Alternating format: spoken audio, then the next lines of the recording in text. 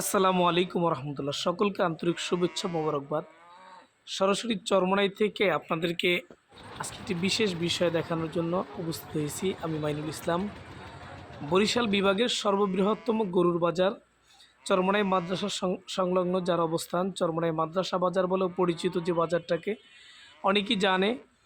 বরিশাল সহ দেশের বিভিন্ন প্রান্ত থেকে এখানে প্রতি বৃহস্পতিবার গরু আসে, গরু ছাগল এগুলো বিক্রি হয়। এটি বরিশাল বিভাগের ভিতর অন্যতম একটি বৃহত্তম গরুর বাজার এবং আরেকটি দিক থেকে বাংলাদেশের হয়তোবা একমাত্র গরুর বাজার, যে বিষয়টা আপনারা হয়তোবা জানলে অবাক হবেন। সারা বাংলাদেশে একমাত্র হয়তোবা এই বাজারটিতেই যে কোনো মূল্যের গরু বিক্রি করলে তার জন্য নির্দিষ্ট খাজনা বা উসুল যেটাকে বলা হয় মাত্র 100 টাকা। দেশের বিভিন্ন প্রান্তরে গরুর বাজার আছে, গরু ছাগলের হাট আছে।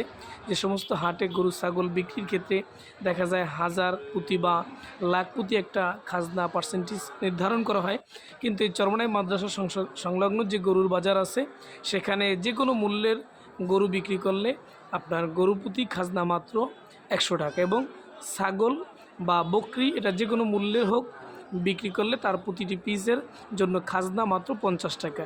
এবং এই বাজারটা অত্যন্ত একটা নিরাপদ এবং সুন্দর পরিবেশ অবস্থিত বাজারটি।